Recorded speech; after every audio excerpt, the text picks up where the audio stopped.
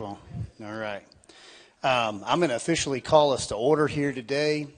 Would ask that you would all please stand for our invocation and our pledges. Miss Leslie Broadbent, would you mind coming forward and praying for us? Or Mr. Leslie Broadbent. Would you bow with me? Oh, God of us all, we come before you recognizing that you are God and we are your people. You are our loving Heavenly Father and we are your sons and daughters. As we come before you, we confess that we have not kept our eyes on the important matters of faith, such as mercy and justice, loving you and loving our neighbor as ourselves. Instead, we have focused on the minutia of life and faith. Lord, you know that I have oftentimes strained the gnat but swallowed the camel. Forgive us for being distracted by the ways that lead to darkness. We ask now that we and this council before us be used by you for your glory to upbuild and strengthen our community. Lord, we pray that you might use us to care for and reach out to the least, the last, and the lost. May you bless us with your grace and spirit that we may walk in the way of our Savior. In the name of Jesus Christ we pray. Amen. Amen. Thank you, Pastor. If you'll join me in the pledge. I pledge allegiance to the flag of the United States of America and to the republic for which it stands, one nation, under God, indivisible, with liberty and justice for all. And the Texas flag as well. Honor the Texas flag. I pledge allegiance to thee, Texas, one state, under God, one state, indivisible. Thank you, guys. Please be seated.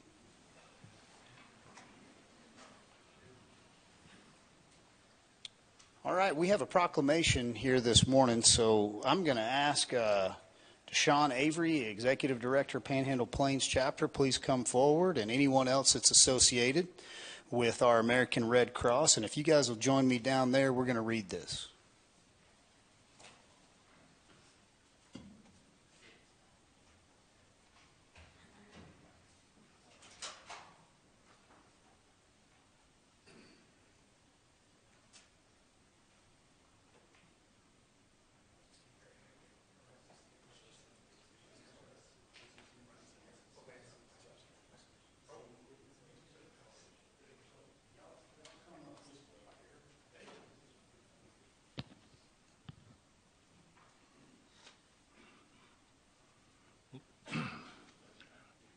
Let me read the proclamation. Whereas each March, the American Red Cross recognizes the companion of people nationwide and celebrate their commitment to helping others in times of crisis. And whereas this tradition dates back to 1943, when Franklin D. Roosevelt issued the first Red Cross Month proclamation. And whereas every day, nearly 48 dedicated Amarillo volunteers proudly wear the Red Cross vest, sharing a beacon of hope and support for their neighbors in need. And whereas over the past year, the Red Cross has provided critical assistance to 55 Amarillo families while responding to 50 disasters, including shelters, food, comfort during their most challenging moments.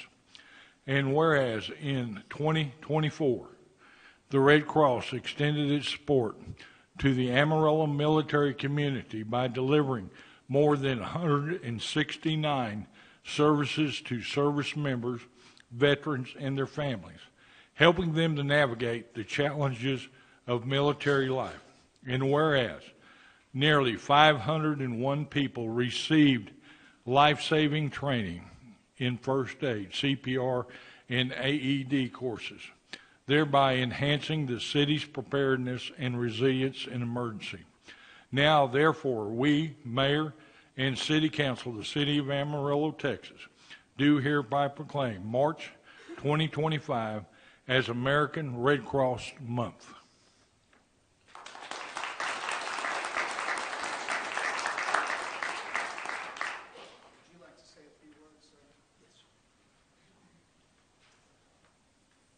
We're really grateful for this acknowledgement. We're honored to serve in this community.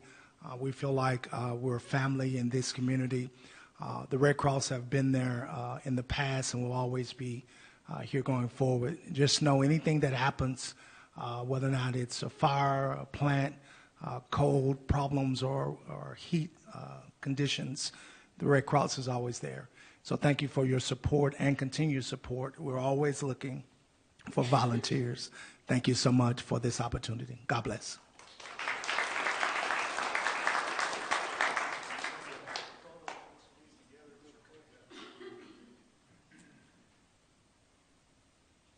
Are we good here? We need to step back.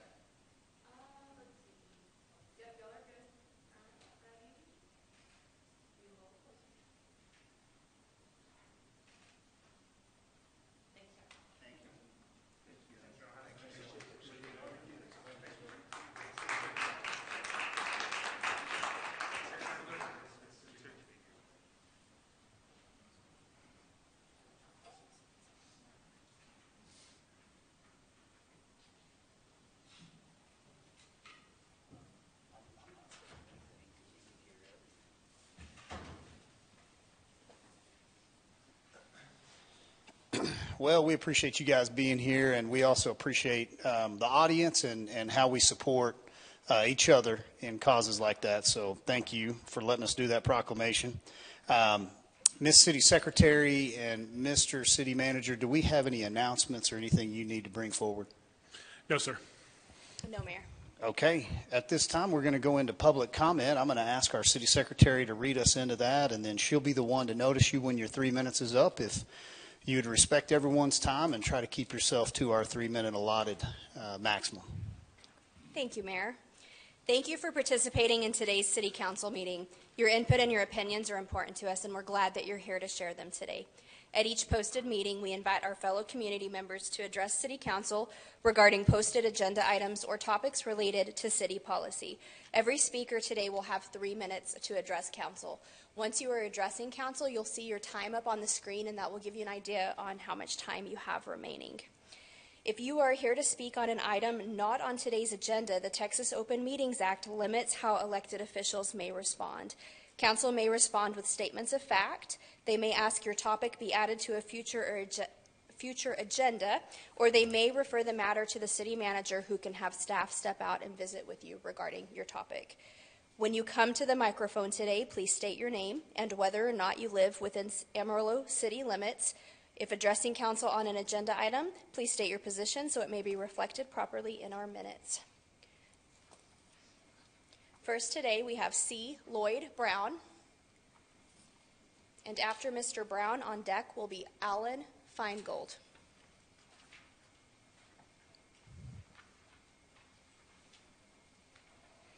Okay.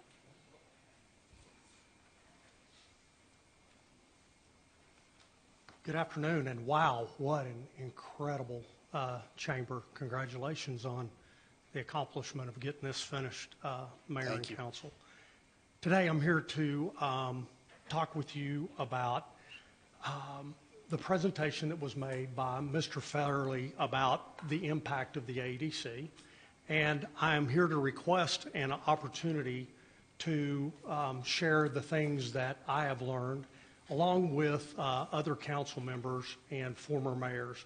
I have a letter that I've provided to the council requesting this opportunity. It's signed by 17 total members, and of that, a couple of former mayors. We're requesting an opportunity for clarity. We're not in a place that we're wanting to be confrontational or attacking Mr. Fairley's opinions because they're his. We would just like the opportunity to share with what we learned, as in my example of 6 years of serving on the AEDC, and our experiences to the impact that it makes on our community. So that's my request. It's a little bit more detailed in the letter, but I would appreciate the opportunity to have time carved out at the next meeting on April 8th to have an opportunity to present that to the council and our community. The second part that I would like to, pardon me? I apologize. Can you all hear me better now? Thank you. The second part of the letter, or a second letter, is just a copy of the email that I sent to the council and to Mr. Path yesterday, requesting that the council look at the appropriateness of the use of the meeting as a political tool by Inspire Amarillo. That was of Mr. Fairley's presentation. It appears that it could be in direct violation with the bylaws, and I'm just asking you, Mr. Mayor, and the council, if you would look into that and let us know your findings. And that's all I have today. Thank you, Mr. Brown. Appreciate you being guys. here. Appreciate it. Lloyd, can I ask a question just Absolutely. to clarify? So what you're requesting is an opportunity to come back before the council to do another evaluation of the EDC? Was that your request? Yes, sir, that's my request. Okay. Utilizing many of the same data points and facts that Mr. Fairley gave his opinion on, and just like to share the opinion that I have and other former AEDC members would like to share with the council of what we learned and what we believe the impact that the AEDC has had on our community. Okay. Thank you. My pleasure. Any other questions? Appreciate it, sir. Thank you, guys. Thank you. Alan Feingold. And on deck after Mr. Feingold will be Laura Abernathy. Alan Feingold, 2601 North Grand Street. I have a few questions to ask about projects that were listed under the utility section of the Community Investment Program that was passed by this council on November the 19th of 2019. And I have two projects in particular that I wish to ask about. One of them is project number 523229. I'll give you a copy as soon as I'm through. It is for the primary and final clarifier overhaul program that the city passed. And the amount that was appropriated for this, or I should say the proposed amount, was approximately $6.5 million. I want to know from the best authority that you have whether that overhaul program was begun, and if begun, whether it was completed. Is there any one of you who could give me an answer to that, or is there any city official that can give an answer to that? Mr. Feingold, we'll get an answer back to you outside of the council meeting. Thank you very much. There's one other project that I would like to know about, and that was project number 523223, and it concerns relocating some electrical panels at the River Road Reclamation Project, River Road Reclamation Facility. I presume that I could get the answer from Mr. Path or another city official within 2 weeks. Is that correct? Yeah, we'll get it to you as soon as we can. Thank you. Thank you, sir. Appreciate you speaking. Okay. Laura Abernathy. And as Ms. Abernathy approaches, we have a handout that she provided. It's really big. Take one and pass it. Afternoon, Laura. Good afternoon. On deck after Ms. Abernathy will be Cassie Green. My name is Laura Abernathy, and I'm a resident of Amarillo. And I'm here speaking on behalf of the residents down on 77th Street that are just south of the Greenways Playa. I am here today to discuss discussion item 8B, update on the Playa 7 location south of the Greenways. Alan Harder is going to be doing a presentation on that today, and I am speaking in support of that amendment or that discussion.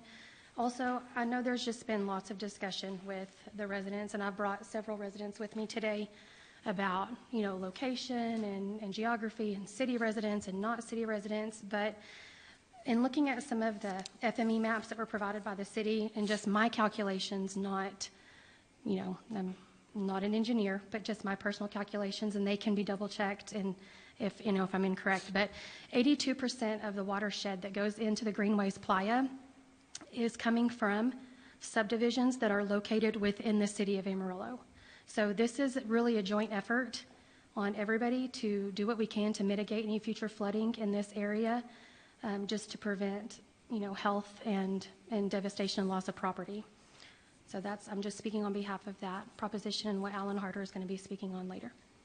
And then Yes, if we ma'am. have further questions, as we have questions about the project, I'm sure I can just email and reach Yes, out to ma'am. I you. know you've been good to follow up, and I've visited with a couple of other individuals in that neighborhood and interested parties. So we want you to try to understand from our expert everything that he can educate you on, so you're getting factual information, most up to date. Then we want to make sure you understand the vision of what we've already funded, and then, how we're going to mitigate that problem. We also really want you to understand and have realistic expectations that, a weather event that's outside of our parameters is outside of our parameters, and that no one can plan for that. But in these weather events that we do have calculated in that flood zone, that we feel like the gallon per minute rating and the pumps and the sizing, the forced main, that'll get you direct all the way to 45th, I-40 and out the other direction, Right. will greatly assist in helping you guys for the future. Yes, and Alan Harder did meet with me yesterday out there at the temporary pump that's out there, and showed me kind of what's going to be proposed and what we're looking at, and so that really helped with me and being able to visualize what that plan is. But I do appreciate that. We're glad to revisit it after the meeting today if you need us to. Okay, Thank you, ma'am. Next is Cassie Green. Hello, my name is Cassie Green. Sorry, I'm trying to work the microphone correctly. I've been told I don't need one, but my name's Cassie Green. I'm an Amarillo resident. I have two items to talk about. One is not on the agenda, so I know you guys are limited to address me. However, I would like to ask a question concerning the cameras. The flock cameras that have been placed all throughout our city, and the drones, but particularly the cameras. My question is, I've provided this bill for you guys several times, and I don't feel like I've been answered about my question concerning HB 1631. So my question is, do these cameras, according to you, violate this bill? Can you answer that, please?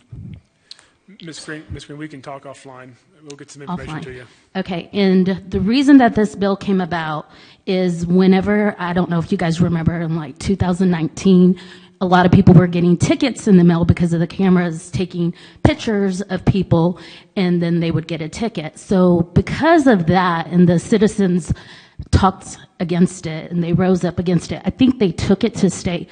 That is why this bill came about. So I just feel like history is repeating itself and needs to be addressed. That being said, I have a poster. Well, yeah, you want to hold it? Okay, I want the people to see it, like on the camera first. So this is concerning item 10C that you guys will talk about. I would like to see the poster that besides the audience. Okay, I'll turn it around in just a second. Go ahead and let the audience see it first. Okay, so item 10C is concerning safe streets and roads. And I picked these items off of Dell Technology concerning conversational city. And so, okay, we can flip it. And I'm just questioning, does safe street roads has anything to do with conversational city? And if so, that's what you can expect, at least upon my research. And that's alarming to me. Ms. Green, thank you for speaking. I'd like to give you a few statements of fact. As a statement of fact, the last time I pulled the flock and the LPR, which stands for license plate readers, we had roughly 80 flock cameras, all in public areas, all high traffic intersections, I-40, et cetera. We had another 80 LPR license plate readers. I think we were expecting those to go to 100 As a general rule, Amarillo is 110 square miles. I don't know how many cameras I have in this room, but in any given public building that you walk into, it's not uncommon to have 30, 40, 50 cameras in a period of 10, 20,000 square feet. And for those public areas, even though they're private businesses, to maintain their own surveillance, as you would say. What I hear a lot of the concern coming from is Agenda 2030, World Economic Forum, Bilderberg Group, Council of 300. I could go on with the George Soros, Davos, you name it, what we're digesting online. I want to say again, because I never want to miss an opportunity to say this out loud, we as a council and Amarillo will never go along with an Agenda 2030. We're never going to become a surveillance city. We're never going to have closed city limits and mitigated traffic control. We're not moving into a digital society that can be controlled by a one world government from this council. Now, I do see some realism and concern as the world continues to say some things that are antagonistic to freedom and a free-loving society.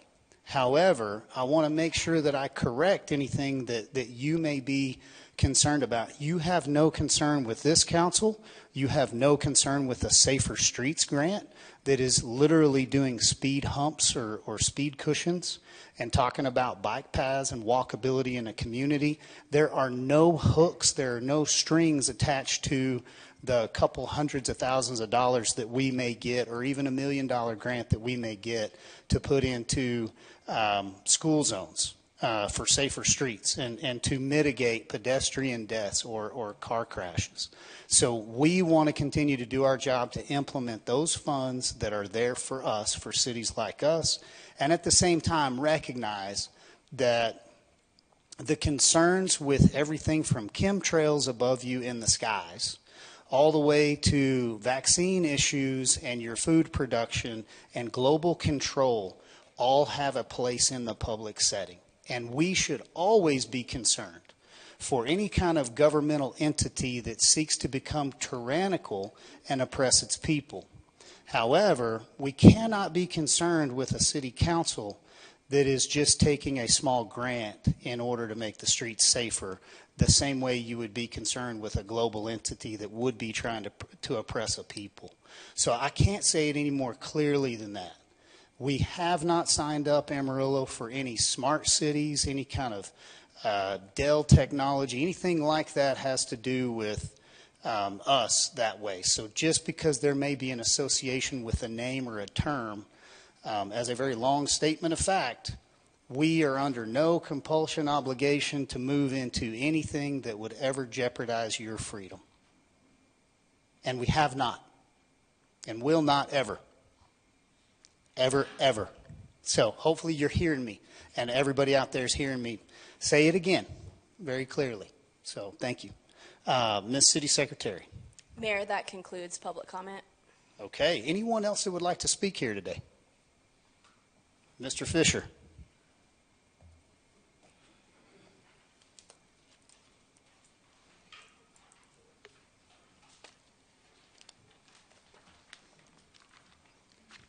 My name is Mike Fisher. I live in the city limits of Amarillo. Again, I still don't have my AEDC data. And still, McWilliams is over here playing some Candy Crush. I'm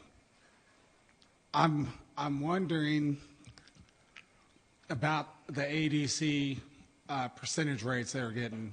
0.33% under Miss Laura Stores over here, who's the treasurer.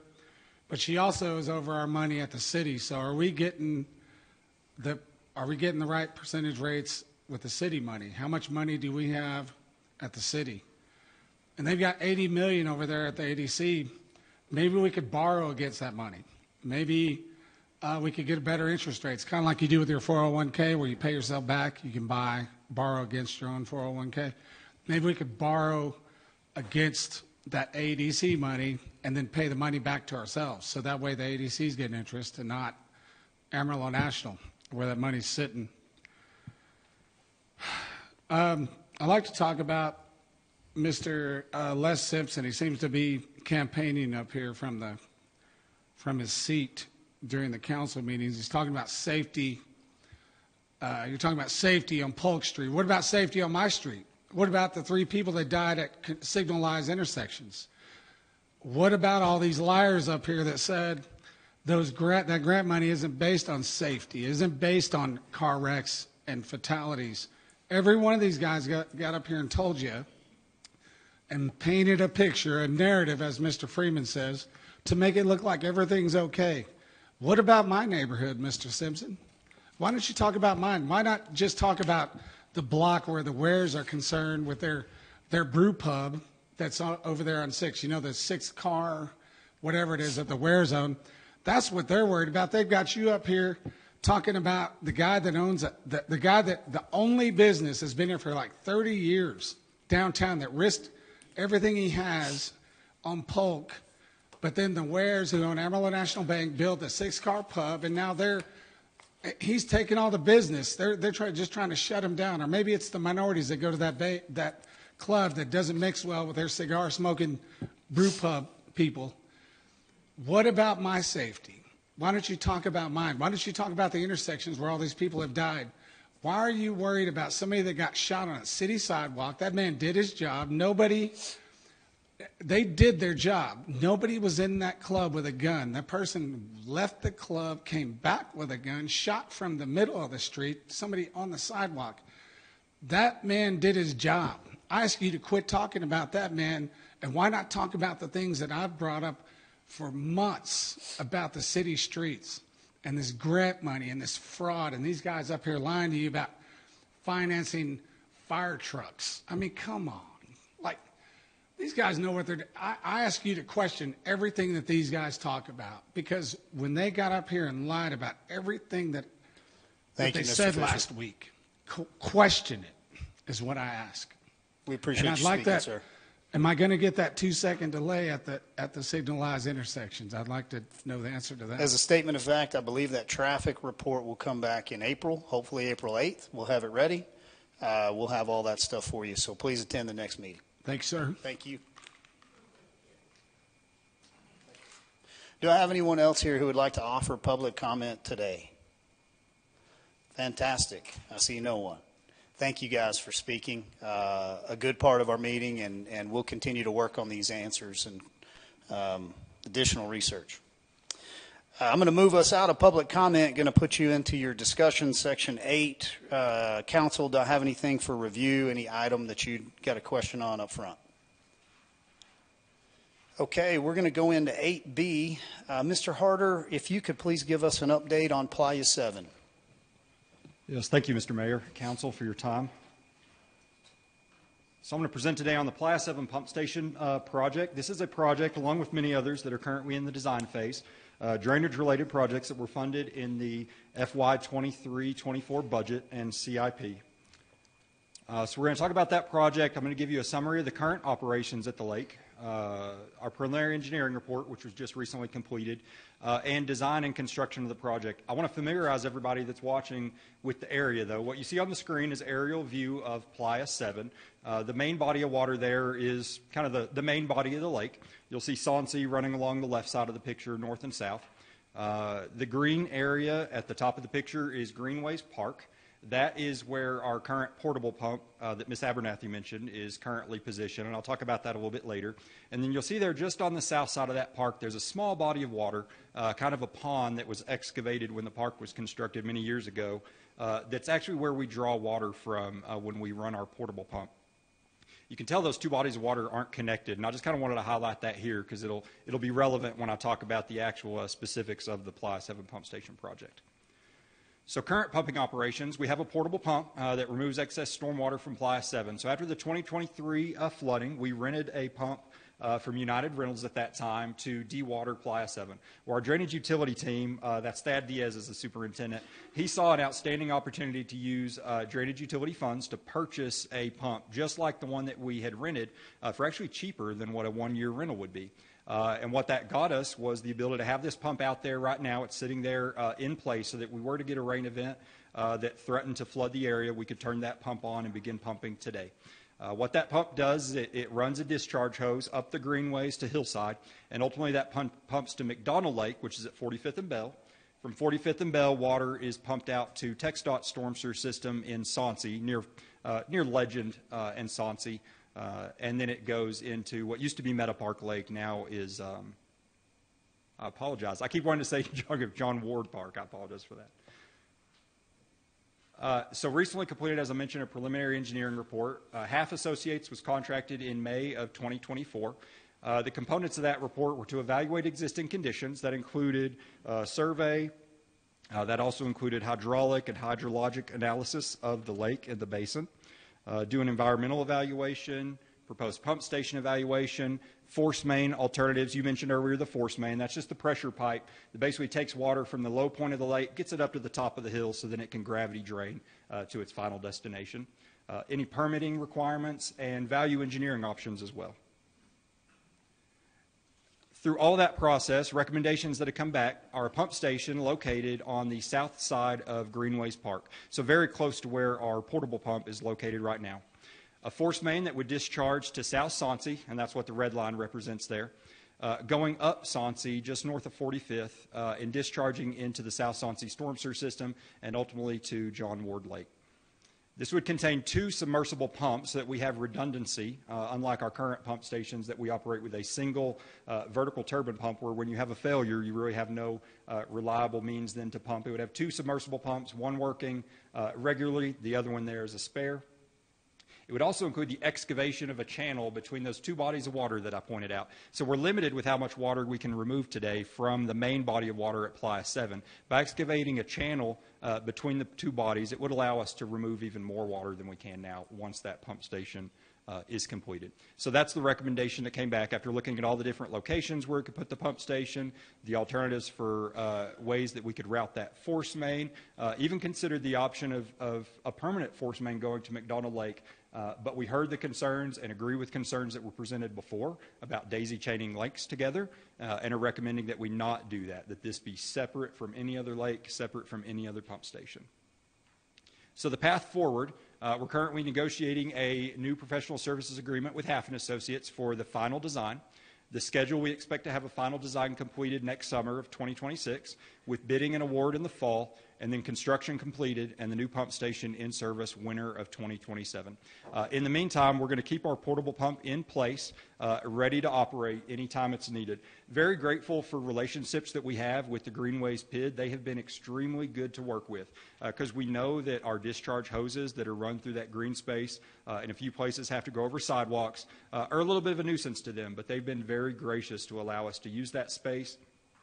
Some property owners on the north side as well, they're near Hillside, that have granted us temporary easements to have those discharge hoses. I just wanted to express kind of public appreciation for them. And I appreciate Ms. Abernathy as well and the time that she took to come here today to speak, and also the time she took meeting with me yesterday. It was informative for both of us, and I was very appreciative of that.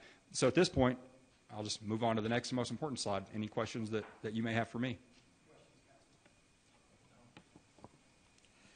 So Playa 7 was going to McDonald Lake, correct? And now you're looking at routing it up Soncy? So today, the temporary pump does go to McDonald Lake. That's correct. And where does the water from McDonald Lake go to? So it pumps to the Soncy storm sewer system, which goes to John Ward Park. Got it. So just quick question, not about this project, but on Lawrence Lake. I know that we had purchased some additional land. We're looking at pumps. Where are we on? Because that seemed to be another significant area of issues. Just where are we on Lawrence Lake? Absolutely. So just finishing up the preliminary engineering report there as well. If you wanted a more detailed report, I really just prepared for Playa 7 today. We could come back at a later time and provide kind of the same level of detail on it. Yeah, and I don't know, because I think this is a good overview of Playa 7, but of the $47 million, what else? Because I think that was another focal point in Lawrence Lake maybe at some point, because I know we were looking at dredging. We'd purchased additional land. I think we were looking at pumps that would pump at a much more significant rate of water. I know that a lot of things, so maybe just an update on kind of where we are and preparing for that next flood, whenever it may be. Sure, all of those projects that were funded in that CIP. Great. Yes, sir, we can do that. Thank you. Just a couple questions, Mr. Harder. So speak to me on maybe the level of the pump. Are you pumping from the bottom of the middle of the Playa? Do you have to pump from the side? Where's the inlet? Yeah, so the inlet will be located just south of the park, but because we're going to lower and excavate a channel that goes out to the main body of the lake, we'll be able to lower it to within a few feet of the actual bottom of the lake. It can never lower the water all the way down because our intake pipe has to stick up a little bit to keep from being silted in. What's the current level that you could pump it down to right now with the temporary pump? Yeah, I don't have that exact number, the elevation. The difference between the bottom of the pond and the bottom of the main body of the lake is about 11 feet, and that's from the survey data that our engineer collected. So the concern there is, and these are the phone calls that I take, Mayor, will you please pump the lake down? Looks like rain's coming. And so it's a capacity issue of, well, we could hold more water if you could get the existing water out of it. Tell me, is it pumped down as far as you can get it currently? Right now, yes, sir, it is. And so I went back to this slide specifically, and one of the things Ms. Abernathy looked at yesterday, when you're out there, you can see there's kind of a land bridge that goes in between those two bodies of water. And so those are not connected today. Any water that we removed from the small pond just south of the park would not provide any additional capacity in the main body of the lake. Okay, so it doesn't provide any additional capacity. And then what's the rate on that pump? How many gallons per minute can it move? Do you know? Approximately 3,000 gallons per minute. That's fairly standard for all of our pump stations and the size of discharge hoses that we have. The other question that I get quite often is, well, so if you explain daisy chain a little bit better, somewhere in their intellect, they decided, well, we'll pump all the water uphill across Amarillo rather than letting it go downhill. Here nor there, that's where we're at. So we're having to mitigate that issue and still pushing water all the way to 10th, really, which is where it goes. So tell us, McDonald Lake, when it's currently raining, do you have a backup plan? Let's say that lake fills up. Are you going to be back to the same Playa 7 where you can't pump until the McDonald Lake relieves? Are you meaning like today or once the permanent pump station is Let's just say for today, because I believe once the permanent solution is in, that new force main is the actual solution we're all looking for. That's correct. But in the slow wheels of government, you said 2027. So let's say we really speed that up and we get it done in 26 sometime.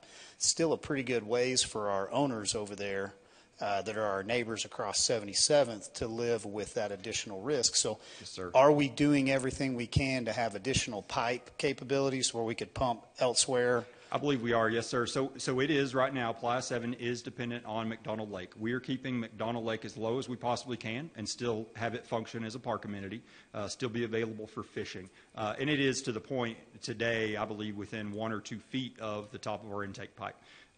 There is a large amount of capacity there now. If we were to experience a problem with the pump station we have there, we know that we can install a portable pump there. We did that in, I forget what year that was, maybe 2021. That was the first time, correct? Yeah, 2021. We had to remove all the water from the lake to reconstruct the intake, and we used a portable pump. So if our pump was to fail there today, we could install a portable pump at McDonald Lake to continue dewatering it and to pump water from Playa 7. And I might add to that, Mayor, too, that one of the advantages of having the portable pump as a permanent pump, if you will, is the time that it would take us to rent, get it set up, get the piping laid, get everything done. So we've eliminated that step. So now we can pretty much begin pumping immediately whenever we start to see that there's an issue. And then it's easier to chain those operations where we're pumping McDonald, getting it down, getting it ready, moving the water. It's just a lot easier now because we have this temporary pump in place with a pad and ready to go. Does that make sense? Yes, sir, it does. It's very helpful, and I'm just really trying to cover it so that everybody can hear it. during a rain event, a slow rain event, inches over several days, doesn't really stop raining, let's say, we have the ability to continue pumping. What's the limitation on that if it was currently raining? Yeah, so Roy, when we see water start to flow in the gutter, we don't want to be running our pumps because that's going to have an impact on the gravity sewer system. If it's like you mentioned, inches over multiple days, you don't see water running in the curb, there's very, very, very minimal water in our storm sewer system, we can run our pumps at that point without risking inundating the gravity system. So what happened to us last time was it rained, continuously several days. Then we had to go and rent the pump. Then we had to place the pipe, get it all going. So we lost several days of ability to pump that lake down, that Playa down. Then it started raining again. And you continue to see those floodwaters. So yes, sir, that's correct. What you're estimating right now is not only maximum capacity of volume and control, but also you're maximizing your time with being able to pump, minute one. As soon as you can turn them on, they're going. You don't have the setup down. Yes, sir, that's correct. And not just waiting until the lake gets to a point where it's close to full, but the way we maintain all of our lakes down, where we run them down to where there is just a barely any amount of water over that intake pipe, just enough that we can do our test runs monthly, like we're doing, ensure we're doing our maintenance on our pumps, keep them as low as possible. I might also mention, too, that our proactive approach, we really analyze when our rain season begins and ends. Pretty easy to find that data. Then we coordinated with the PID as well to let them know this is the season we're going to put this in. And it's going to be there, same thing. In fact, we're getting ready for that season now, and it'll stay there. In fact, this last year, I think we kept it there to the late part of September or maybe the 1st of October. We actually ended up keeping it there throughout the winter. So because we saw rains continue into November, we realized that the amount of money it would cost to remove those discharge hoses and put them back in 2 months didn't really make sense. That's where I talk about the cooperation from the PID. They were great to allow us just to leave those there and save quite a bit of money and time. It's like having a permanent pump there already. Right. Just with the issue of elevation, a little different. Yeah, and inconvenience, a little bit of difference in pump. Is there anything that council can do for you? Is there anything that you could do to better prepare? Do you have everything you need? Are you taking all action that you can, or is there a monetary issue, something we haven't funded, anything that we haven't taken action on, anything you still need? No, sir, I don't believe so. Related to this project, I mean, the funding is there, the preliminary engineering report's done, and now we move forward with design. One of the things we'll look at during design are there ways to phase construction? I mean, I'm just thinking of this, where maybe that channel is excavated first, allow our portable pump to get a little bit deeper while we're installing the force main and the permanent pump station. So we certainly can look at ways we can phase construction to be as quickly as possible improving the situation. Okay. Greatly appreciated. Any other questions? Hey, Alan, I've got a question. So, like you're going to dig this channel, right? How often do we look at it? Because we know, I got to know Floyd really well after 2023 floods. We spent a lot of time together. So, is there a maintenance program? I know we have the maintenance program in place for the pumps now, which is going to be great, better than ever. Yes, sir. But like sediment that washes in, because we know that's a big deal, right? We know with our wind, all this topsoil that's everywhere. But when it rains, all that washes into these Playa lakes. Do we have anything set up on a maintenance schedule? I know we approved the dredging of the few lakes, to help with that. Is there something in place, or is it just, are we going to take that year by year, and is there a way to measure that? Yeah, there is a way to measure it, and so that's what we've done with the preliminary engineering report for the dredging is a bathymetric survey. Basically, it's they go out and take soundings in the water to figure out, first off, where's the silt now, where's that original lake bottom.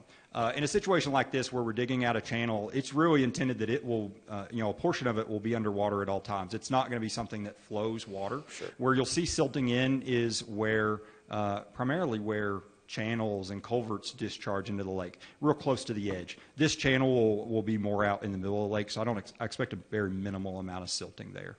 Okay. Thank you. Anything further? We are very appreciative of you, Mr. Harder. So thank you. I do have one member in the audience that has a question. Do you have a question, ma'am? I do. Yes, ma'am. Don't run off, Alan. We probably need you. Hey, how are you? Good. If you don't mind giving us your name and you're in the city limits. Yeah, pull that over to you. Sorry. Okay. Hi, everybody. My name is Kimberly Hamlin. I'm the vice chairman of the Region 1 Flood Planning Group, and I'm also the public representative. this issue actually hits home for me. It is a personal issue as well. So just a couple questions. I thank you, Alan, for all your hard work and everybody trying hard to get this on the agenda. So first, I'd like to point out on that map that was up there, the small pond, it doesn't look like that right now. It's at 100%. So you could kind of see, I don't know if you can go back to that. Absolutely. So the So question is it pumped down? Oh, no, I'm just currently? pointing out a few things. If you'd just bear with me, I'm sorry. Okay, go ahead. Okay. It's actually to the extent of that shape there, so that may be noted. I think in the past, people down there have been dealing with this for more than a decade. Previously, it was kind of like, we're going to put this pump in. It's only to protect the development. I would like to say on behalf of the public that let's make sure that we protect all the lives out there. There's not one person's life that is more valuable than another person's, whether they're in the city limits or not. I think you can all agree with that. I don't know, the handout that Ms. Abernathy handed out, can we show that somehow? I don't have a copy, but I think it has some valuable information. Yeah, I don't mind holding this up for you. Okay. So what this is stating is 82% of the watershed is coming from city-owned areas or encompassed in the city limits. And so I think what you're getting at is maybe that this has been a county problem for some time, and the city has said, contact the county because you're on the other side of the line. And so what this council has done is take this on, put it in our overall plan, and then fund it. And so we're doing the best we can. We definitely haven't passed the buck on this one. And we want to make sure that we're doing everything to communicate to you, because you do have decades of kind of being either not responded to or in several Right. people's opinion, not taken care of, correct? Oh, I feel I shouldn't have to be here, technically. So this watershed map, okay, I don't know if you guys are familiar, a lot of the people in the audience, but watershed that's basically all the area that is contributing to the Playa. The shaded area is city-owned incorporated land. So in the past, we kind of got a brick wall that you're not in the city limits, you're not our customer, but this is your watershed. So I do appreciate you being proactive, but I think at this point, so the people that live south of this Playa, most are elderly. It's going to be, how can I put this? As we speak, the site conditions and fill is being added. So it's changing all the time. I would be interested to see the numbers. I appreciate that. But I think that the flow rate of the water, if we had one rain event at this time, it would put people at risk. It could be a loss of a life. So I just want to point that out. And if anybody wants to reach out to me to help get this going, I am 100% willing and able to do what I can. Well, I appreciate you speaking, and we're always glad to invite individuals. I think you and I had gone back and forth maybe on, was it text message possibly, or a phone call.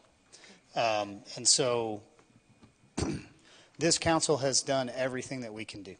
We are always willing to listen, and if you have a solution that we're not implementing, we want to implement it because we funded this. So currently, right now, I don't see anything else that we could do further other than pushing on the expediency of getting this project done. That would be appreciated. Like I said, I'm on the Region 1 Flood Planning Group. There are funds available. We need a sponsor. In the past, the city actually co-sponsored with Randall County, I believe, to do an evaluation and did receive funds. I don't know how valuable that is now since, like I said, site conditions change by the moment. Sure. I honestly don't know the answer, but again, willing to do what I can. You're willing to work, and we appreciate that. So thank you for getting in there in the trenches. We're in there with you, and we're not going to leave you. We hope to leave you high and dry. Let me say it that way. Thank you. Thank you. Mr. Harder, thank you. Thanks, sir. Okay. Moving on to item 8C, hopefully a good discussion here. If you've noticed, I have a discussion and an action item, Council. So the reason that we put this on the agenda was we may possibly want to take action on this today. We've gone back and forth on the AEDC temporary board. Well, we need more time to, oh, let's go ahead and get a permanent board placed. We've got a director that we'd like to put out the search party for.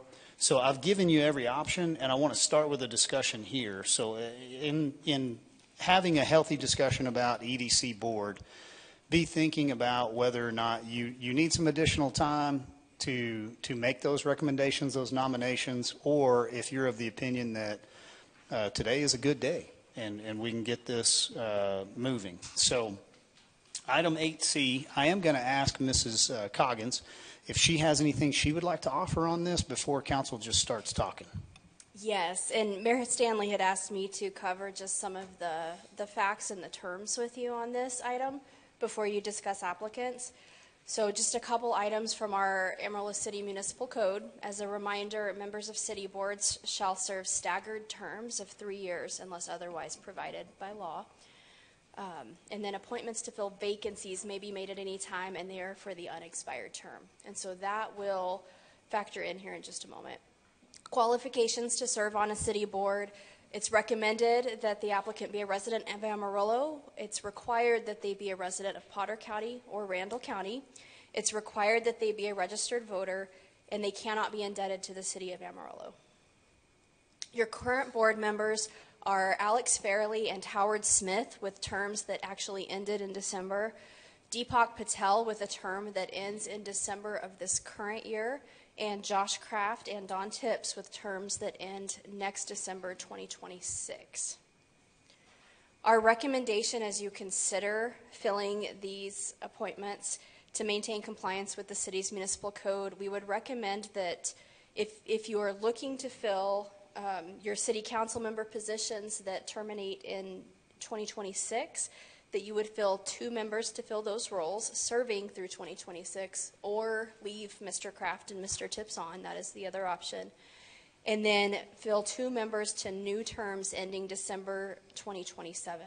That's just slightly under the 3-year term, but that would get everything in line to be able to reappoint those annually when they come up and have a staggered board. So you have 54 applicants to consider today. If you'll recall, when we did our annual process back in November, we accepted applications from September through October of 2024, and then we reopened the application process for AEDC in November, closed it early December, and then provided council with a list of, it was slightly over 54 applicants at the time. We've had a couple withdraw since that time. On the screen before you are the 54 applicants that you're considering today, and with that, I would turn it over to council to discuss. Thank you, Ms. City Secretary. In walking us into this discussion, I would like to go ahead and start with our 2 council members that are serving on that board right now, just to see if you guys can give us any kind of an update of where you're at with that current board. Maybe if you have an opinion of have you personally felt like you've kind of got yourself to a place where it's a good point to hand it over? Are you wanting to stay longer? Let's start with you 2 individuals in serving on 2 boards. Kind of where are you at in it? So Councilman Kraft, I'll start with you. So I'm ready to come off. I've accomplished everything as far as policies they're done. I know Don is on a committee right now for RFP, right? RFQ. So I'll let him speak to that. But I'm ready to come off whenever. Thank you, sir. Same. We are on the committee to find the search firm that's going to help find our new president. So when that's finished, I would be good. Now I would say that there's some wisdom, and I think there's 2 schools of thought here, is as far as the appointing, is, elections are coming up May 3rd, that we wait for a new council and let them appoint, or, we step off and we appoint the new board, given the fact that new council could come in, and if they don't like those guys, they can remove them. So I would just throw that out there. I mean, as far as I'm concerned, I'm good coming off. I think I've voiced this to you guys and everybody else. It creates a little bit of a conflict with things that are going on here and then things that are going on the EDC. It's been very unique for Josh and I, but I think we've done a good job. I think we'll continue to do that. So I'm really going to be subject to council on what you guys think on the timing of what you think is best with possible, new council, new mayor, whatever, coming in to, let the people decide that. So I'm open to either, leaning more towards getting off as soon as possible. Okay. And I do want to reiterate, because we did have some discussions back and forth about, we were 6-8 months out at different times before an election. Now we're, less than 2 months. I do believe it's important to state the fact that, like, council can do anything they'd like to do. And so if we appoint somebody here and council does turn over, they still have the authority over that body. They could request, somebody to step down or place somebody in lieu of. So I understand the need to be very polite and courteous, but I also understand that can be at a compromising of the health of the entity. I think we can be too polite maybe at times. So that being said, I would like to ask my other two councilmen, do you, after hearing where they're at on the two, do you guys feel like you're at a place where you'd be ready to move forward with a permanent board? Do you still have any apprehension, and do you want to weigh in on the election cycle? I personally believe, since Don's on the help find a director, I think we need to leave that part alone at this time. And if Josh didn't mind, Don, how long are you looking at being before y'all complete that, maybe? I would like to think Doug's doing a good job of narrowing those down for us. I would say probably 2 more meetings. I would think that we could probably make a pretty good choice on the firm that we go with. And that's just best guess. I would prefer to see y'all see that job finished. And if Josh would be willing to stay for another, basically, is it 2 months, basically? Yeah. If y'all would be willing to do that, I think that would be best for the AEDC and the board. And let me clarify. So you're saying stay on until the firm is selected, but not until the person is selected. Is that correct? Correct. Okay.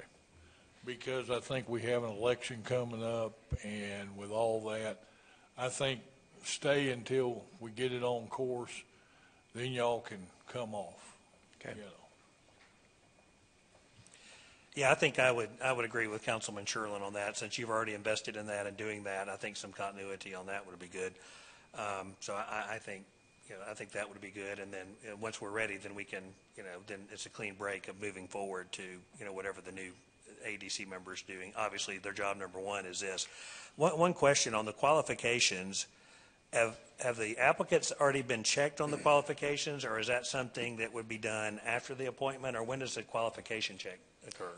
We confirmed voter registration status for everybody. There were a few that were not registered voters or lived outside of Potter and Randall County, and those were not provided to council. Okay, great. Thank you. I just wanted to ask that too. So,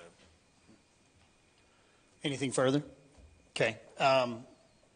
In my opinion, I think the search firm's important, but it's not as important as the actual director. And I think that it is, 3 to 6 months is a good expected amount of time before you put it out. You allow for interviews, you bring it back. So could be 9 to 12 months. So the willingness to hold you guys on that board because of the RFP process and hiring the search firm, I don't necessarily see as much value in that. I'm very confident in both of your abilities, and I appreciate your service, but I think with the people that we could place and their understanding and wherewithal and experience, I think they would be fine with selecting a firm. You're probably going to have that firm down to 3 to 5 different firms anyway, and I'm of the opinion that I would love to be able to place the entire board. Get everybody there, and then, move it forward with a clean slate, really letting those individuals just, put their hand fully on that plow versus serving in a temporary capacity. I think for the city of Amarillo, as well as the health of the AEDC, the temporary board can do more harm than good in a political season. And so because of it being a political season, you're going to get some rocks thrown at you. I feel like those individuals that are placed are a little more solid in doing their job, making better decisions, not worrying about like what may or may not happen come May 3rd. Now, saying all that, I'm okay to back up and continue forward at the will of council, but I would want you to hear my encouragement to go ahead and move us forward. Yes, sir. I hear you, but I'm going to say of everybody on council, we're the two that don't really have that political issue. So, I mean, yes, sir. Just to throw that out there. I mean, so that's removed from us too. So what you're saying is you're running against a write-in candidate, and you feel strongly about your percentages, Well, and then Ms. Coggins let me know that can't even happen. Oh. So I appreciate that. I'm just saying we can remove the political side of it with us serving, if that is a concern.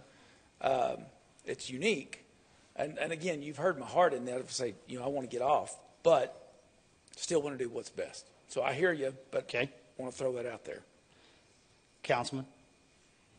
Yeah, I'm still in the same boat. I mean, I'm ready to come off whenever, but if you guys feel best for the organization to stay, then I have no problem staying for a couple more meetings. Okay. So the goal then would be to get through a couple more meetings, which would put you into a post-election cycle. And so we would maintain temporary board until after election cycle or until permanent, or I say selection of search firm is done. And then, but you guys, you're saying 2 more meetings anyway, and you're meeting once a month without a special meeting, correct? Yeah, and maybe not to, because we can meet and discuss. Doug and Alex and I can meet, and we may have a search firm chosen. So that may be done. And if that's what we're kind of waiting on for the continuity, we can come together and come to council and say, hey, that part's done. Let's move forward. Okay. And I don't necessarily see any benefit in placing 1 or 2 individuals and not the full board. Do you guys want to discuss that at all? Do you have anyone you would like to place permanently? Are we good? Because Deepak is the only permanent board member currently. So do we need to have any discussion about that? Are we good placing the entire board once the search firm is selected and you guys come back and tell us you're ready? I would say get the whole thing. Yeah, the whole board's fine. Okay. All good. Okay. Anything else on that discussion, council? Open topic right now if you have anything else you're concerned with on that. Okay. I appreciate the discussion, and so as you see, we have an action item on this one. We'll take no action on that one based on the discussion to go ahead and just maintain status quo with temporary board members. Item 8D, council, do I have any future agenda items anyone would like to request? Yes, sir. Yes, Mr. Mayor. I would like to request over the last 2 years, I would like to know what the city, and when I'm talking about the city, I'm talking about all boards and everything else that are involved. I would like to know how much we've spent on outside counsel. I would like to know who we spent the money with, excuse me, in the last 2 years. Okay, so going back, you want to take current year of 25, you want to go back 24 and 23. 23, correct, yes. And you want to pull, so let's just go January 1 of 23. Correct. You want to pull a list of outside counsel. Can you be more specific? Are you just saying law firms, or are you saying any entity that we've reached out to for expertise? I would say any entity that we reached out to, whether it be a law firm or lawyer or anybody we accounting got advice firm. from. So like accounting firm, consultant, search party.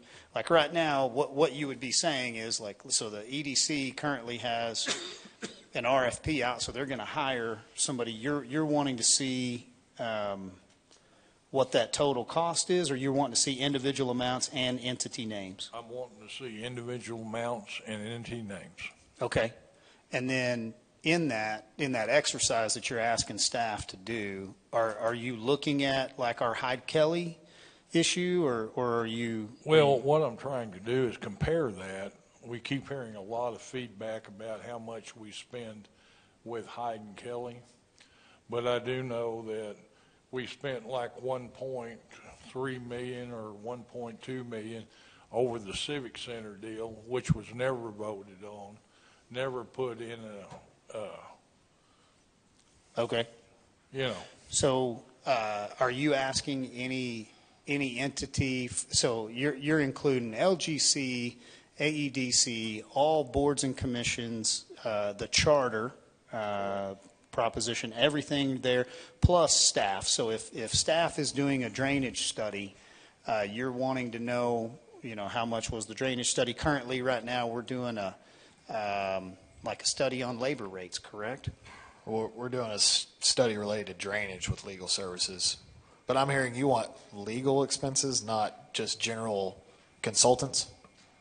Legal expenses. Well, legal. I'm sorry, I misunderstood. I thought you were wanting all consulting firms, accounting firms, legal firms. Just legal. Yeah, just legal. You just want law firms. Correct. Okay. Correct. I'm sorry, I didn't. That'll make it narrow the clear. focus a little bit. Okay. Staff, you understand what the request is there? So here's what I'd like to do. We're fine to have a public discussion on that, but I don't know that necessarily prompts a presentation. There's not an action item, and I don't know that you're going to have much to discuss until you get that item. And so what I would ask is for staff to do that research, give it to Councilman Sherlin, not to put on for an agenda item unless he wanted a public forum to discuss it, but just as for him to be able to see the compare and contrast, because I do believe that, we noticed the public, we put it on for, we had a good discussion, we voted on it to hire the Hyde-Kelly firm. We then came back, put it in our budget, and we've operated very, very transparently within all of that to have that outside counselor. And so I guess if we're going to go through that exercise, I'd like to see were there any law firms that were hired that didn't have a letter of engagement, they weren't noticed to the public, or council didn't approve it. This is during our tenure, so really what we would be asking is staff engaging with outside attorneys, that's in your existing budget, unless you want to go back to 21. I think a couple of years would be fine. So 23. Okay. Yes, sir. Yeah, we can gather information and we can forward it to Councilman Sherlin and any of the councilman who wishes to have it. So then we can just wait to see if there's any request for a public discussion on that. Yeah, and I think dissemination to all the council will be great, and then that way everybody has it, and then we could see if it's an agenda-worthy item. Anything further, Mr. Sherlin?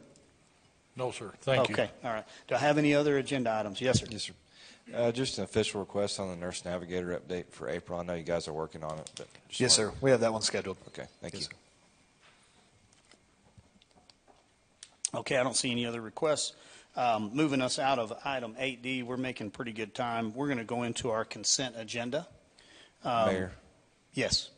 Mr. Smith is raising his hand. Mr. Smith, if you don't mind approaching.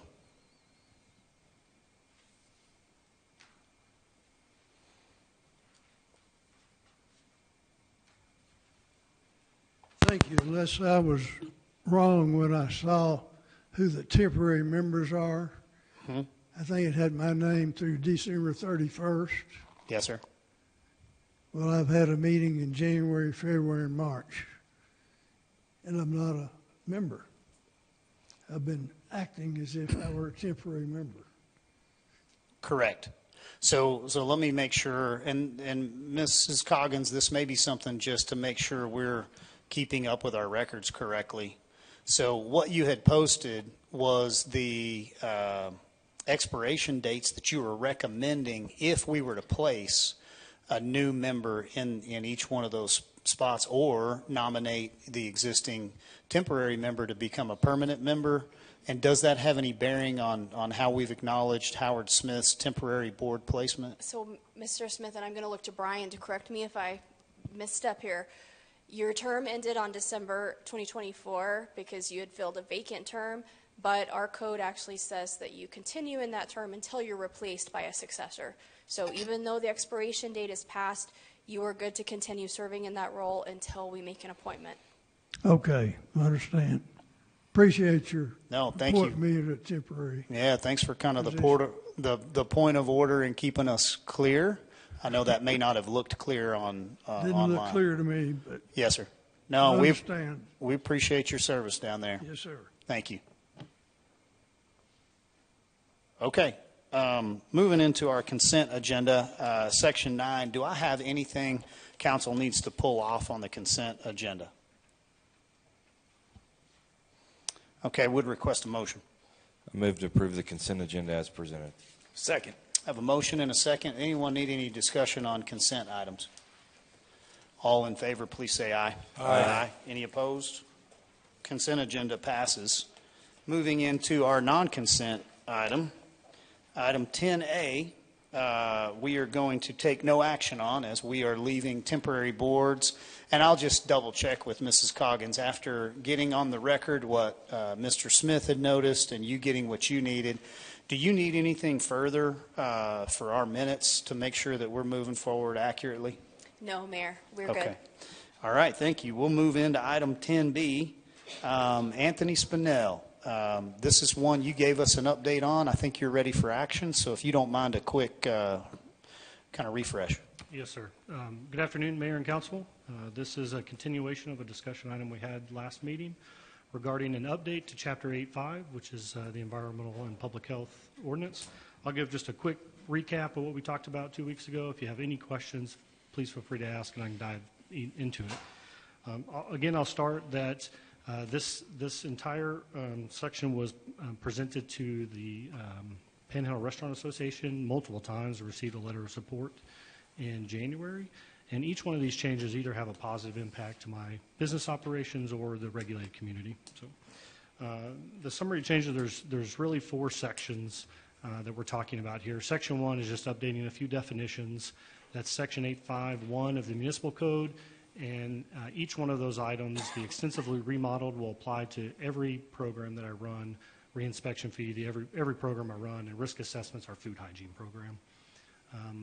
Our Section 2 is a food hygiene permit rates, and it will apply to 2 industry types, public and private schools and child care centers.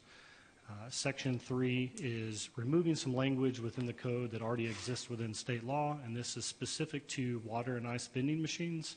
Again, it's already in state law.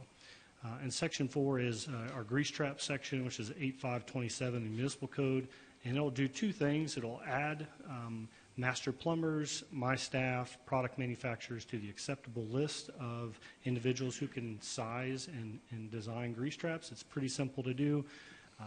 And then secondly, it'll add a tank tee criteria. If a grease trap is missing or has damaged tank tees, it'll add a criterion to which they have to be repaired. That is the gist of the summary and what we're changing here. If you guys have any questions, y'all let me know and I'll feel free to answer those for you. Questions, Council? No, sir. Anything over there? No, I know the discussion item, you had some good photos. I think it was educational. We understand what you're doing. And I greatly appreciate the community involvement and interaction, and then just the forward-facingness of making sure that not only are these in line with state law, but they're also in line with like what we do here locally and how we want to service our customers. So I think you've continued to make good steps towards being very business-friendly and more customer service-oriented than we have been, and so thank you. Appreciate the feedback. Thank you. Council, with no further discussion on this one, would ask for a motion. I move to approve ordinance number 8187 as presented. Second. I got a motion from place 1, a second from place 3. All in favor, please say aye. Aye. Any opposed? Motion passes. Item 10C. We have Ms. Kohler coming forward on our Safer Streets.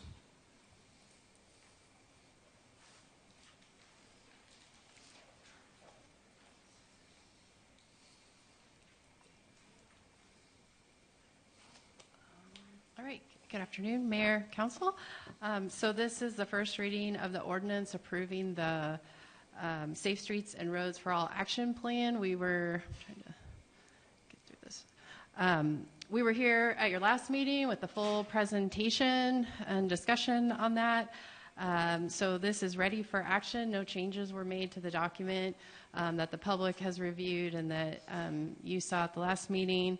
It's also not a public hearing today, so our recommendation is approval as presented.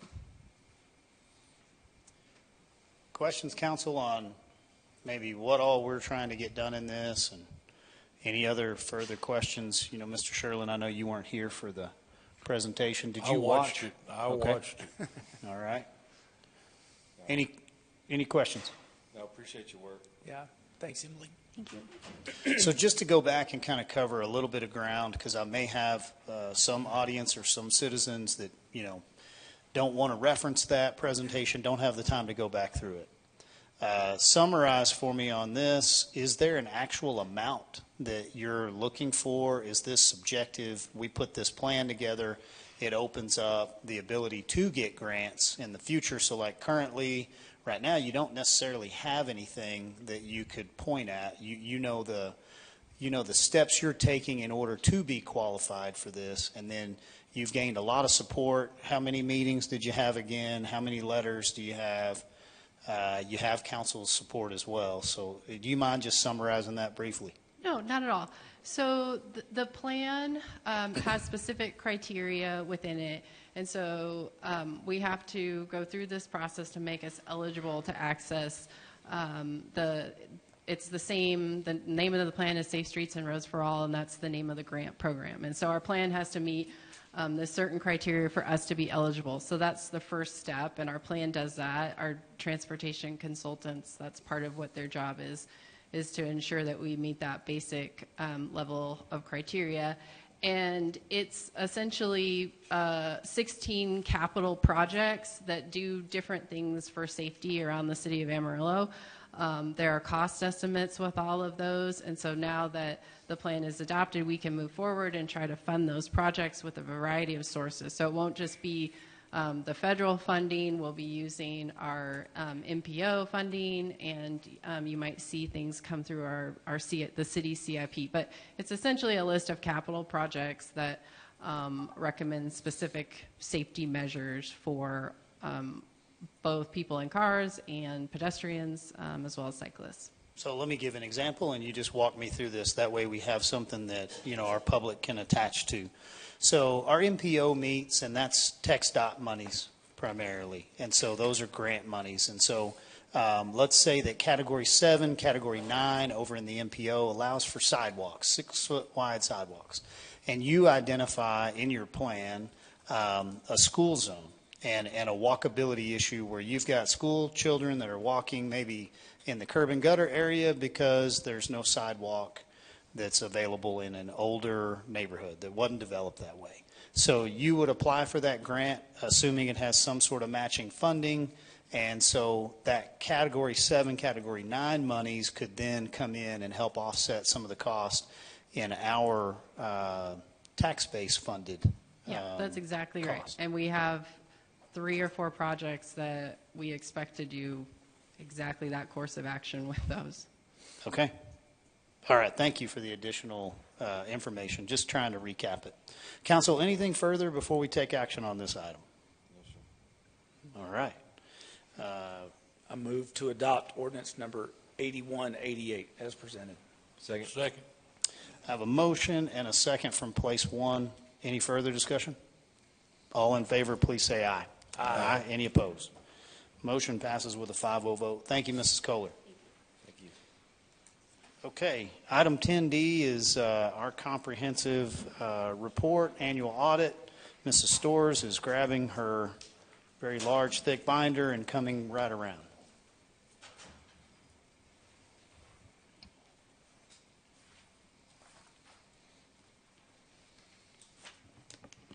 Good afternoon, Mayor and Council. I wanted to start off just with a quick thank you to a lot of our staff that has worked hours and hours and hours on our audited financial statements. Want to thank Katrina Owens, who is our finance director here at the city, and Aubrey Clevenger, who is our deputy finance director, and all of their staff. For your awareness, the city has 17 degreed accountant positions. We also currently have 2 CPAs on staff, and they all participate in the audit process to a certain extent. Also want to thank Janie Arnold, she's right here behind me. She is a CPA with CMMS CPAs and Advisors, and she is the person in charge of our external audit. So the annual comprehensive financial report, we do file it with the government finance officers, and we do try to seek an award for excellence in financial reporting each year. We have received that here at the City of Amarillo for the last 48 years. So the last one we received was for the audit right prior to the one that we're looking at today. So as wanted to make sure that our council, our mayor and council, and our public is aware that the City of Amarillo staff does prepare these financial statements in accordance with GAAP, which is Generally Accepted Accounting Principles, also with GASB, which is the Government Accounting Standards Board, with their standards that they put out, in the GFOA, the Government Finance Officers Association standards that are required of all governments across the United States. So we prepare these financial statements according to what we're required to from GAAP and GASB and GFOA, and then we work with CMMS, our external auditors, to provide an opinion on if we comply with those standards. And I have a couple of items that I want to go over that is in your audited financial statements. This is about a 300-page document, so we will not be going through it in great detail today. I do want to thank the mayor and Councilmember Tips for spending over 2 hours with us last week, going in great detail on a lot of items throughout these audited financial statements. We also had Dean Frigo, who is chairman of our Amarillo Hospital District Board, who is on that audit committee as well, to help go through all of this as well. So I had emailed out a PDF of the document for you all. I tried to put it at the top of your emails so you could have it handy. We do have some printed copies if needed.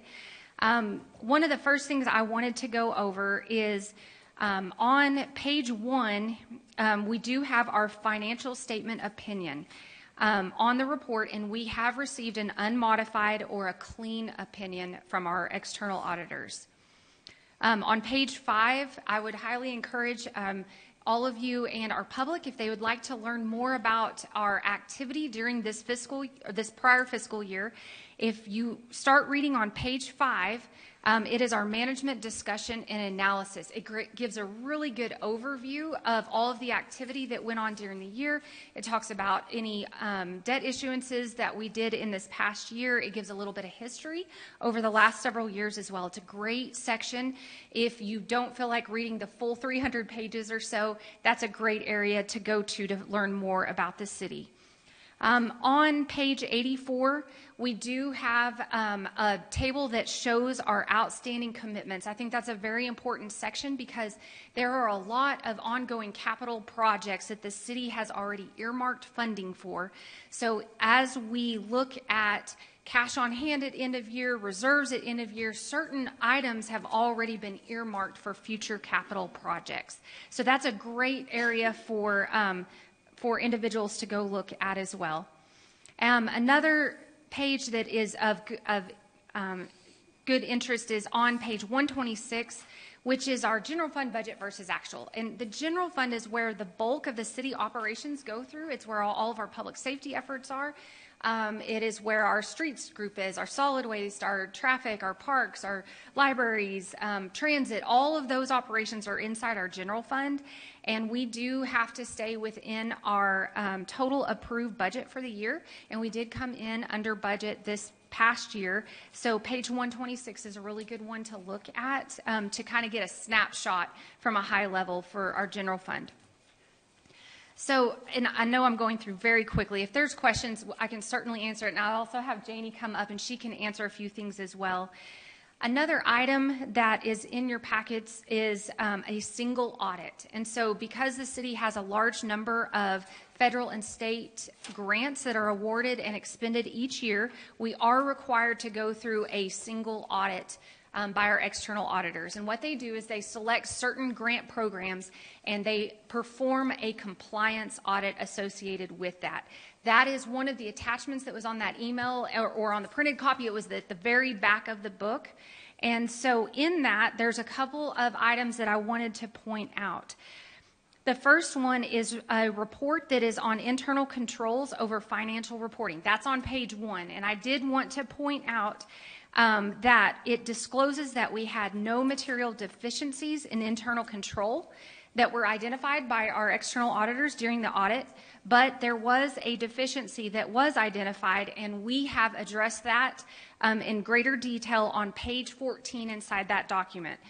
So the deficiency stems from the fact that we had delayed capitalization of certain capital improvement projects. So it means we didn't move them from a construction in progress to an asset and start depreciating them quite as fast as we should have. The other thing was we had a delay on the review of our leases and our subscription-based information technology contracts.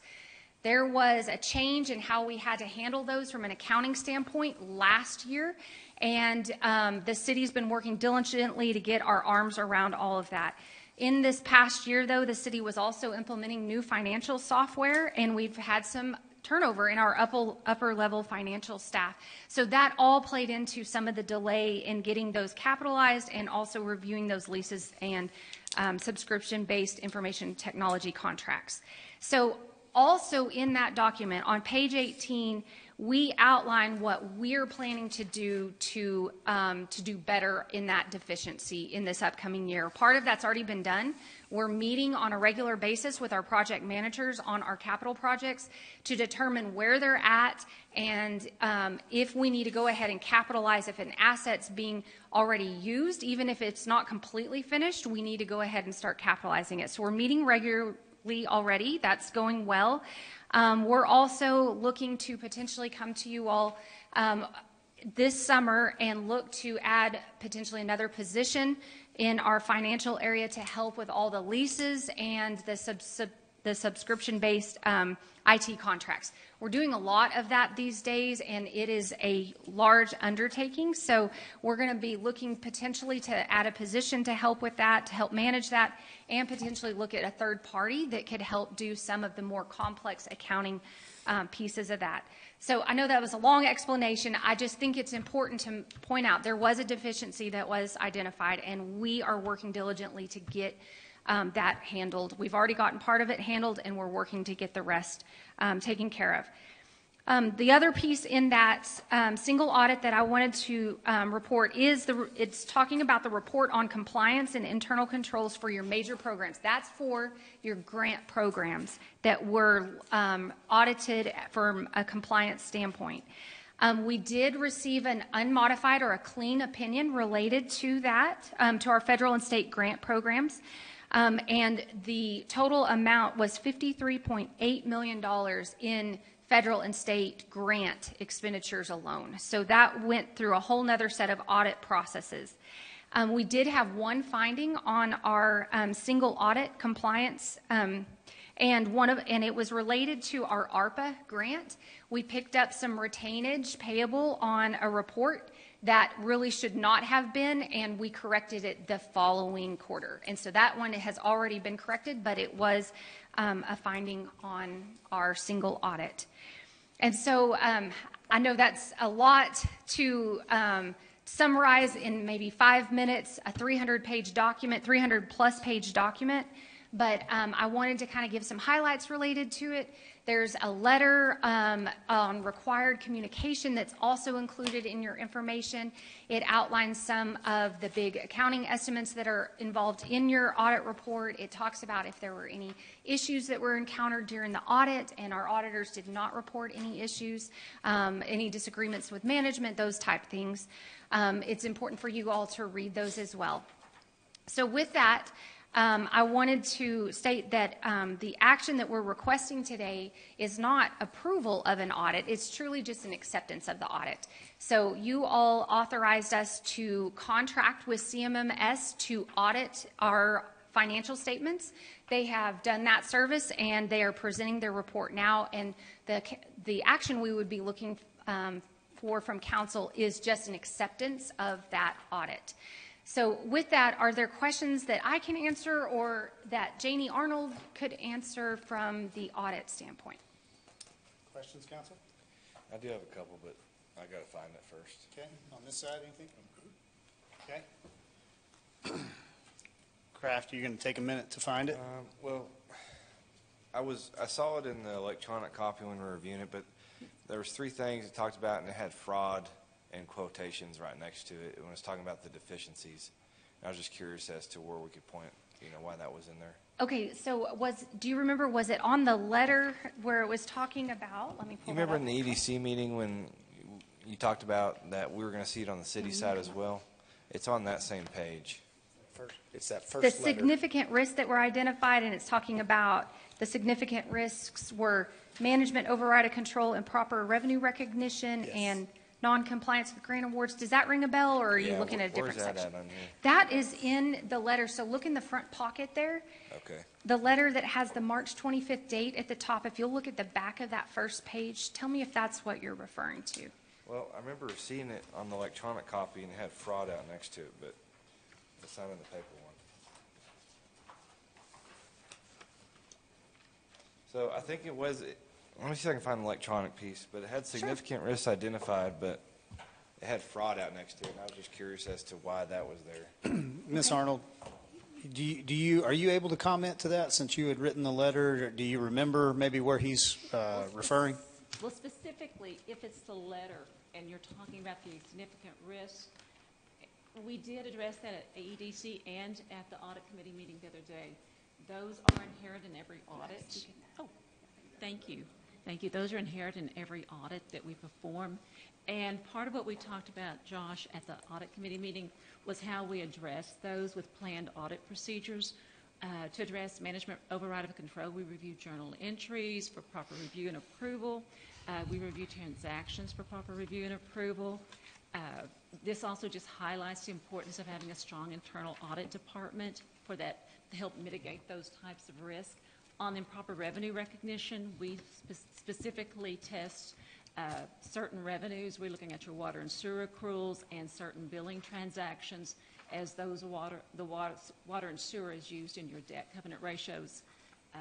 As far as some of the standard report language does include the word fraud in there, and it talks about how even your best internal controls, if there's collusion or good internal controls will not. If there's collusion, fraud will still happen, even with the best internal controls. So I don't know if that's what you're looking for.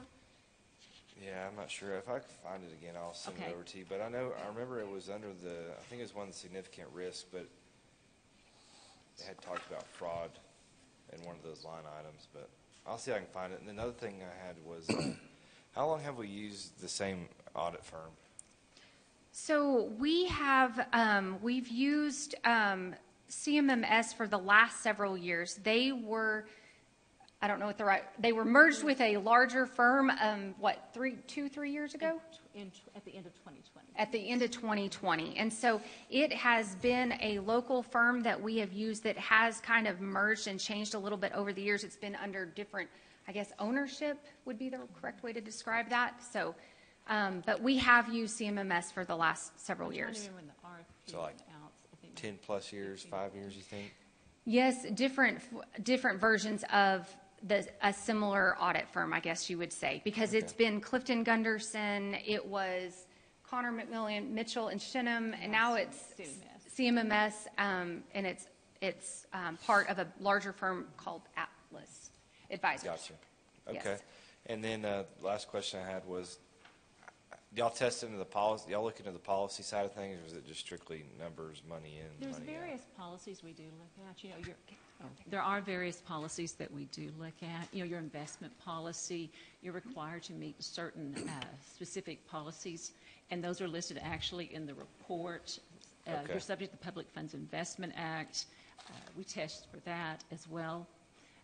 So yes, on certain things we do look at some of your policies and procedures, and a lot of that will come into play when we're looking at your single audit as well. So sometimes your policies might be stricter than actually. Perfect. All right, thank you. Councilman Kraft, I know you're still digging over there to see if you can find that, so. Is it in our independent auditor's opinion? It does address fraud there, but it's also, but that's where I was talking about, collusion, et cetera, would not, fraud could still happen if you have collusion, because that takes more than one person, and that breaks down good, internal controls. Okay. Can't I'll keep see how I can find collusion it. from happening. Councilman Kraft, let me ask a few questions of you here since you brought this up, because I want to see if you're comfortable. Mrs. Storrs did a good job of saying it's not an approval of the audit. We don't actually approve it. There wouldn't be any way that you could hand us a 300-page document on Friday and us take action on it on Tuesday. And if you gave us several weeks or even months, I don't know that we necessarily would be skilled enough to say, well, I'm comfortable approving. So it is an acceptance. However, we do put a lot of trust as representatives of the public in our audit firm. And Mrs. Arnold, you and I had talked about this a while back in like this single audit. And so, Councilman, I would just say, you can hire an outside audit firm with the approval of council to come in and look at a single audit area if you had concern in an area. Being able to take a existing audit company and say, well, let's put it up for an RFP and let's go out and let's change audit companies. How many months are you into my current year's audit right now? We have not started. Oh, you haven't started? No, sir. Okay. That will start in the summer months. Okay, so in the summer months, you'll start the current year. So, Councilman Kraft, you may be looking for a little additional comfort in, like a single audit, in the way of just finding a area that you wanted to drill down. So let's say the COVID-19 monies, you were uncomfortable that they all got expended or accounted for or whatever. Right. So what I'm getting at there is you do have a long-running history with the city, and we do hear from our public, like you need a fresh set of eyes ever so often. It's never good to have the same. Well, possibly, but like that single audit could be somewhat of a compromise in providing a little more comfort, bringing something, in a double check scenario. Is that what you're looking for, or are you going a different direction? No, I was just curious how long we had the same audit firm that they've done these audits. Okay. That's all I was curious about. Okay. Ms. Arnold, we appreciate you being here. Do you have anything else you'd like to jump in on or clarify? I'd just like to say thank you, and we do appreciate that we do provide your audit service. And I know it is a large report, and I would encourage you to either contact Laura or I. If you have questions, I'd be happy to meet with you and go through any questions you have. Your audit committee, really has a very qualified people on the audit committee, ask some very good questions. But you certainly have questions that I'd want to address as well. All right. Thank you. Council, are we ready to take action on this item, or we want to take a break, come back? Do you need a recess? No, I'm good to take it. I'll just find that where I found it. And then we can talk a little more, and we can pull Janie in if needed. Absolutely. Yes, that'd be great. Okay. I move to accept this audit as presented. Second. I have a motion and a second on item 10D. Any further discussion on this item, gentlemen? All in favor, please say aye. Aye. Any opposed? Motion passes. Mayor, before we adjourn, may I request that we return to item 8D for just 1 second? Would that be 8D? possible? Yes. Yes, sir. Is that okay? Well, I don't know. So let me make sure. No worries on going back, right? Okay. Okay, good. Well, I just wanted to, there was a request earlier by Lloyd Brown, and also I just wanted, there was, in the letter, there were some other people that are part of this request, which include Mr. Brown, Scott Bentley, Richard Brown, and he just had one copy of this letter, but Richard Brown, Brian Heinrich, Cliff Bickerstaff, Helen Burton, Brian Bruckner, Paul Borkart, Paul Harpole, Helen Moore, John Kritzer, Bob Williams, Laura Street, Adrian Meander, Andrew Hall, George Rafkin, and Vance Reed, who I think are all previous members of the AEDC. I would like to ask to consider honoring this request to put his request on the agenda for our meeting on April 8th. Okay, so let me ask you, do you understand what the request was? I think they have some information that they want to share, that, some specific points about metrics and regarding the AEDC and their experiences as well. So in all city commissions and all boards, I want to be very respectful of those individuals that we have seated on the AEDC board, and I don't ever want to bypass that board. So we received a presentation by the chair of the board, which kind of gives him standing. That's a typical relationship with us to them. I would personally volunteer my time to sit down with these individuals. You and I could sit down together with them if you'd like. I don't want to ever bypass the current board that I have there without asking them to approach that board first. So what I would think would be the best form would be for that request to go through the AEDC, and then that be brought, you know, either independently after they've approached the AEDC and tried to go through the system that we have in place, or be brought personally to the council before we would put it in a public forum. Well, I would just like to make the request that we do allow them to do that. I mean, we have really, historically, throughout this council's tenure, we have given anyone and everyone, a lot of people, the opportunity on a variety of issues to come forward and spend time being able to do that. These are people that have experience and citizens of our community that are asking for a chance, and so I would just ask that we honor that request. I think it's reasonable, and I think we're having some citizens who have experience with the EDC to be able to do that. You know, and I hear what you're saying, and I think there is a way to do both. I think there's a way to honor that request and walk it through a process, because had this been a P&Z issue where somebody had come in and said, my development, you know, I'd like to present it to council, I would direct them back to P&Z first, and I would have them go through the P&Z board. If they can't get satisfied, then to come to council. So in respecting that, I'll offer both. One, to take it to the chair of the AEDC, potentially get satisfaction there. And then two, I would offer my personal time. Okay. Yeah. Thank you, sir. Anything else before we adjourn, gentlemen? Would ask for a motion to adjourn. I move to adjourn this meeting. Second. Motion and a second. You're adjourned. Thank you guys for being here.